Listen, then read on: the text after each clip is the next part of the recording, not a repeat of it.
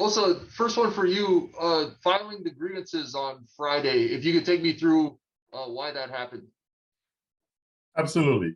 So one of the things we've been asking the department to do is to collaborate with us on a number of issues, and they haven't. Last year, when we started the school year, we had a memorandum of understanding with the department to kind of lay out some ground rules as to what should or should not be happening in our schools.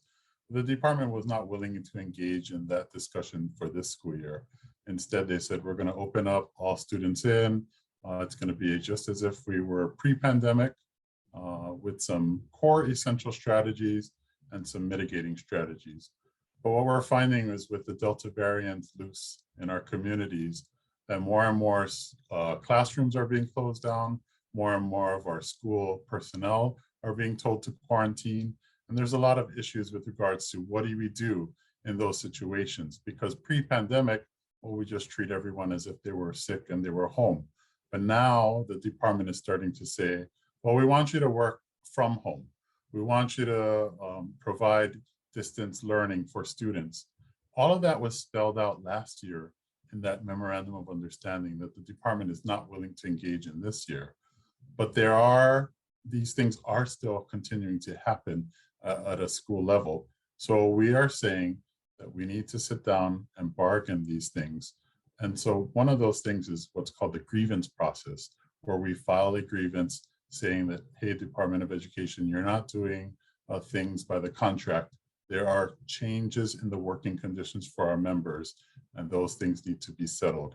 And so one of those avenues for us addressing that is through the grievance process. Likewise, there is also the class grievance with regards to the testing mandate. Now, HSTA absolutely believes that everyone who can get vaccinated should get vaccinated so we can get through this pandemic as quickly as possible. However, there are some people who haven't or cannot get the vaccine. And for those reasons, we are telling the department that they need to follow the rules that they actually have in place. Some of the rules that they have in what's called the school code state that if someone has to get a medical examination that's directed by the department, that it will be funded and that time will be given. Well, the department is saying, we don't consider this to be a medical examination, so we're not going to fund it and we're not going to give you time. So those are concerns that we have for our members who are having to spend those hours in the lines, who are having to pay out of pocket. And we'd like to see the state or the schools start putting up more sites that our members can have access to free and convenient testing when necessary. And we also see, a lot of our students would probably want to take advantage of testing as well, especially in the lower grade levels where they can't get vaccines. We know that some of our parents are sending their kids home. We're seeing that some of our parents are sending their kids to school, and they may have sent them to get a test and they're not even waiting for the result. Or they might even know that their children have COVID or have siblings with COVID and are continuing to send their students to school. And so we really need to beef up as a state our testing regime for everyone. Has there been a distinction for teachers that are asked to quarantine at home between those who test positive or have symptoms and those that are just a close contact? No, so the school code, once again, the school code is what the department follows, and school code says that if anyone is ordered by a medical professional to quarantine, that they are entitled to quarantine leave. So they are staying home. They are treated no differently whether they are quarantined just because they might be a close contact or quarantined because they may have become come down with COVID itself. Okay. Is there a difference with quarantine procedures, whether you're vaccinated or not? So the department has what's called their health and safety guidance. And what they're saying is that if you are vaccinated and you are asymptomatic, that you can return to work without having to quarantine. And in 3 to 5 days, you should take a test just to be safe. And are you guys okay with that? Knowing we have these breakthrough infections, but also knowing that there is that risk of cases coming from the school. So yes, we are very worried about breakthrough cases, and people who are vaccinated can still be carriers of COVID and transmit it to others. So this is becoming more and more of a concern as the the Delta variant is becoming more prevalent. Any other unsafe conditions you'd want to share that is raising red flags amongst teachers? I'm going to ask Aaron Kubo to address that. He's in the classroom and he sees day in and day out what's going on in terms of unsafe working conditions. Thank you, Osa. As a classroom teacher, my school is 90 years old, so the classrooms are not ideal, right? And so socially distancing is not realistic for, 20, 25, 26 kids there. And, you have all types of masks because you have all types of kids. And so the masks are not always going to be appropriate for that age group either. And so, right, my room is 90+ degrees, right? You have like humidity. Those paper masks will get wet, right? And so then of course they bunch them up on the sides, right? So then that is also an issue, which of course as teachers, we are extra trying to be mitigating of those strategies, but it's very stressful for us to actually try and handle all those, plus teach, right? And then worry about kids that are coming in and out of quarantine. And yeah, it's incredibly stressful. Aaron, do you we're feel like, hearing, go ahead, sorry. I was going to say, our teachers are also being tasked with providing 10 days of instruction for all of these kids who are coming in and going out, having to quarantine, or families just saying, I don't want my kids in school. And so just to get all of that work prepared is not easy. And then to prepare that work for elementary students as well, 10 days worth of work for a student who is out in the elementary school, when you're not providing the instruction and you're just giving them a packet, they won't know how to do that work as well. So those are some of the other issues that are coming up with that. Aaron, do you feel like close contacts in regards to COVID cases that come up within schools, do you feel like that is enough as far as the current parameters? Currently, I'll be honest, many of my colleagues, we don't actually know if students have been our close contact. We don't even know if they're positive. The only way we find out, ironically, is if the parents tell us ourselves. And, we feel very, very nervous because I'll be honest, right? We don't know. And we may have been in contact with them. And, we talked about the distance apart and whether they're wearing their mask appropriately. And, we have students that do come in for help too. And if they don't actually let us know who they are, we feel we're left kind of in the dark there. And a lot of us educators, especially on the Big Island, are left wondering, was I in contact with them for more than 15 minutes? And, it's just not clear. And I wish the department actually would make clearer guidelines and let everybody know, all stakeholders, to actually be aware, not just, okay, they may have got a community, okay, but they were in my classroom. And so it's very, very disconcerting to all of us. Aaron, as a teacher, what's kind of like your mindset going into school each day? Like, do you have this fear, like, oh, I'm gonna catch COVID today? Incredibly stressed. Like, I thought last year was stressful, with distance learning and hybrid. That's nothing to this year. It's like a whole different ball game with the ever revolving number of students that are coming in and out that are either being isolated to possibly test or maybe being quarantined because they have COVID. And then we have to actually make sure that those kids are actually, getting their academic work. Because if the kids are in isolation, right, they're just waiting for a test result, we can try to get them, to do work. But if the kids are actually positive with COVID, realistically, it's very difficult, to actually get students to want to do work when they're actually sick, and they're going to be out 2 weeks. And, we just started school. It's 5 weeks in, it's mid-quarter. And so teachers are worried because not only could they get the virus, but they could also spread it to the multi-generational households. And that guilt, I'll be very honest, is very real. And guilt leads to stress, right? It just adds on and it piles on. And trying to catch the kids up that are in classroom, that are ever coming back, trying to make up work, try to get that all packed together, whether we have digital platforms like Seesaw, Google Classroom, Blackboard. It takes a long time to actually get all that work, in order, let alone try to actually do grading and, teach in a regular day. And so when I say stress, I would exponentially put that up there, that every day is a risk, and that risk is growing and growing, and so is the stress. It's ever growing. So I really wish the department would come and bargain with us, because seriously, it doesn't feel like we're being heard, and we're being ignored, it feels like. And I really do implore our employers to actually sit down with us, because a lot of us are stressed, and I don't think they really understand how stressed we really are. Yeah, at the last Board of Education meeting, one of the board members asked, so what ways, Superintendent, are there to express concerns and issues to you? And the superintendent replied that it has to come up through the proper channels, through the principal or the complex area superintendent. But our teachers are the ones who are in the classes with the students each and every day, and they have concerns, and the superintendent doesn't seem to be listening to what the teachers have to say with regards to issues that are coming up.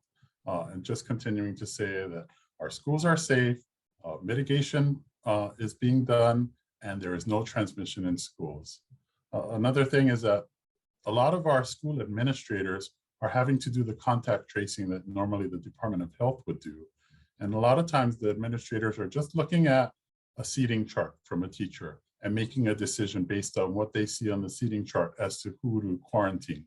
I've heard of some schools where at one school, one class would be quarantined, and at another school, only half the class would be quarantined. And because the teacher is not informed who exactly the student was, who came down with the positive case, there is no way for that teacher to provide input as to, well, on this day, that student was actually sitting here in this section, or so forth and so on. So it's really disconcerting for our teachers who want to have more of a say in what's going on and are not allowed to. So, go ahead. Sorry. Go ahead. a question that I had is, we're hearing that some schools or teachers are even preparing for if and when it ever comes to having to switch to full distance learning. Is that true? So there are some schools that are trying to be proactive and trying to make plans if in case the school has to shut down. But right now, the department is in the mode that all students should be in school, that is the best place for them. And so they're not giving out any type of devices, anything like that, that would help to assist with this type of thing. We want to sit down with the department, because if there's going to be device distribution and all of those types of things, that requires planning time for our teachers. It's not just a matter of you can flick a switch and boom, all of your class is going to be online. That requires planning, and to figure out that planning time is something that we have to sit down with the department to figure out, and they just won't come to the table with us. Who would call for that switch? Would it be individually by each school's administration, or is it the DOE to make that call? So our understanding is that a school principal would let their complex area superintendent know. And if the complex area superintendent agreed, they would take that to the superintendent. But right now, the principals are being told all students are going to be in school. So they have no reason to try and push that up the chain saying, hey, it's time to close schools. We are seeing charter schools that are not under the thumb of the Department of Education wisely saying, hey, our community has a lot of transmission. We need to do something about it to stop that spread. And they are able to be more nimble about it. But the Department of Education is not allowing any type of flexibility in terms of school by school in communities where transmission is high to do that. And that is one thing that we want to talk with the department about, that maybe some schools need to go to distance learning and others don't. There are some communities where they're doing just fine and they don't need to go into any type of distance learning mode. There needs to be that kind of flexibility, and that's something that we want to talk with the department about. Also, at the beginning of the pandemic, N95 type masks were in short supply. Now those masks are in wide supply, enough that there's manufacturers on the mainland that are having to close plants because there's so many that are being produced. Is that a bargaining chip that you folks are thinking about using for teachers to be able to be supplied with those because they're more protective? I'm actually going to pass this off to Aaron to talk about the supplies of N95 and PPE at the school level. Aaron? I really do wish that they would actually offer the N95 masks, because they do offer better filtration, right, and protection, and for both the wearer and to the people around them. And it doesn't seem that in the years last year with the COVID MOU, we could actually we could buy our own PPEs and then have it reimbursed. And so they even bought some. So my school in the beginning of the year bought a few, but we only bought like 5 like KN95 masks for us. And as you know, that's like 1 week supply. And so, that would be great. But we also need to make sure that the kids also get the appropriate masking that should be worn, because it's great for the adults, but we also need to make sure that students, which are in the hundreds of thousands, have the appropriate masks as well, because it's not only us, it's all of us together, right? Which would be nice. And so if the departments of education would, come together and actually sit down with us to talk these things out, we could actually impress upon them the need for such awesome PPE. And a lot of our teachers are stressing because they're also having to police the students to wear their mask properly, to be socially distant. So it's not a matter of just having the instruction and doing all of that, but policing the kids to make sure they're wearing their mask properly and being socially distant. I've also heard where teachers are sending students to the main office because they don't have a mask or not. And the main office will send them back and saying, we've given that kid too many masks already, so we're not giving him another one. And things like that just don't encourage safety that we're all told that is happening in our schools. Well, so last time we talked to you in August, I think it was, you were asking for benchmarks of certain cases to create certain parameters for shutting down schools, et cetera. Has the Department of Education negotiated any of that with you? The Department of Education has not sat down to negotiate anything formally with us. From what we're hearing from the Department of Health, from the governor, from the Department of Education, they're not going to put a number out there. They seem to be okay with the numbers just skyrocketing, and it doesn't seem like anything is going to stop them from continuing to have schools open as they do now. I have a question for Erin. I was speaking with a teacher yesterday, and one of their concerns are these close contacts falling behind in school. Do you foresee a lot of students falling behind? And this is only the first quarter. I'll be very blunt. The answer is yes. In the first couple weeks of school, my own classroom, I had about 17 different kids, like whether it was close contacts or whether they're being, tested and things like that, they were out. And you know what? Some were out for 10 days, some were out for 7. And it's not realistic that they're missing learning, right? With the in-person learning, the teacher educating them is, there's no replacement for that, right? You can't just, click a switch and then boom, you got it, right? It's a whole process. Learning is a process, and it needs to be reinforced constantly and consistently and meaningfully, and by a proper educator. And so when they're constantly going in and out of a revolving door, that's added stress to the kids too, as well as the teachers and educational staff professional and everyone in the building. And so learning loss, I'll be honest, it is going to happen. But we're going to try our best to mitigate that, right? To educate where we can, right? When we can, as much as possible. Because realistically, what else can we do, right? We have to, the school needs to be open. We're here.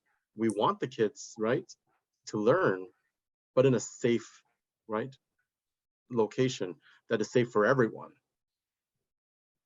Yes. I know you guys were saying that it takes time to prepare to switch to full distance learning. Do you feel like this a backup plan could have made far beyond this new school year, like over the summer maybe, in case we do see a spike in cases, it would have just been easy to just switch to distance learning, have all those resources readily available? We were hoping that the department was going to have some type of distance learning plan way before the summer even began. But the Department of Education decided that no, pandemic or not, we're going to open schools fully. We're going to have all students in there, that schools are going to be safe. Don't worry, everything's going to be fine. The Department of Education then was told by the Board of Education in June, when the Delta variant was starting to show that, hey, you folks need to set something up for distance learning. More and more parents are saying that they're going to keep their students out of school and you don't have anything set up for them. And so the department quickly scrambled to set something up, and it was basically one grade level for the whole state for a distance learning program, one teacher for each grade level for the whole state. And that was really inadequate. And then we're seeing teachers who are home using up their sick leave to be safe, that would be more than willing to teach some of these distance learning courses, not being allowed to do so. And the department is just saying, sorry, we're only accepting new hires for these distance learning teachers. And that really is frustrating just as much. Sorry, just from what Aaron shared as far as kids falling behind, and I know this, like you mentioned, the state is all about having the kids in person, but it seems like you guys are facing even more consequences having all the schools back in person than doing distance learning, because more kids are falling behind. When you folks were distance learning? So with our COVID MOU, right, which allowed for different learning models for each school, right, it was appropriate for their areas. And so, right, you were able to focus on those models, and then eventually some elementary schools did bring some of those kids back onto campus. But that was planned out. There was, preparation, and there was time given at the beginning. And so right now, without guidance, right, we're going to be left without any kind of knowing of how to structure our classrooms, because right now we're full in person. And so if we were distance learning, then we would be full distance learning, but how long would that be, right? And so all semester, a quarter, because as you know, transition, right? It takes time, and it takes time to create those habits and rituals and routines. It just doesn't happen overnight. And when you get, students trained a certain way, especially the lower L, right? To then just all of a sudden change on them, that is jarring, and it hurts their development. And I'll be honest, we'll interrupt learning for weeks to try to get them back on track there. And so, if there was a plan from the very beginning, because we knew this was coming, it would have made things so much easier, because then we could have prepared during the summer for what may be coming. And they couldn't say that they didn't know the Delta variant was coming, right? And so it's unfortunate that we're in the situation where we are at. However, we can move forward from here, right? We can sit down and we can make those plans with the Board of Education, with the state of Hawaii and the Department of Education, right? Because all students deserve, right, meaningful learning by educated professionals in a professional manner, in a safe manner. And hopefully that happens soon. One of the things that a student told the superintendent when he was on the Big Island was that the mitigation procedures that are in the health and safety guidance were not actually being followed. When we had an informal discussion with the superintendent, he said, we don't have to worry because we have all of these strategies in place. And I told him about a school on the neighbor island where they were expecting a nurse to come and see what's going on in the school. And the administrators had actually taken a tally before that nurse showed up to say, hey, these are the number of staff members, these are the number of students we saw that were not wearing their mask properly or were not wearing their masks at all. So make sure on this day, everyone, that you're wearing your masks. And that's the whole point. And when we talked to the superintendent about, some of the state offices for the Department of Education, they're also reporting that there are people who are not masking, and some of the complex area superintendents are saying, no, the rules don't apply for the state offices, only for the schools. But in the health and safety guidance, it says all offices. And then the superintendent says, well, I was at that office last week and everyone was masked. And I had to explain to him, yes, Superintendent Hayashi, when you're there, everyone is going to follow the rules. But when you're not there, that's exactly when the rules are not being followed. And that's exactly why we need to sit down and hammer out some of these rules so that you folks will follow the rules.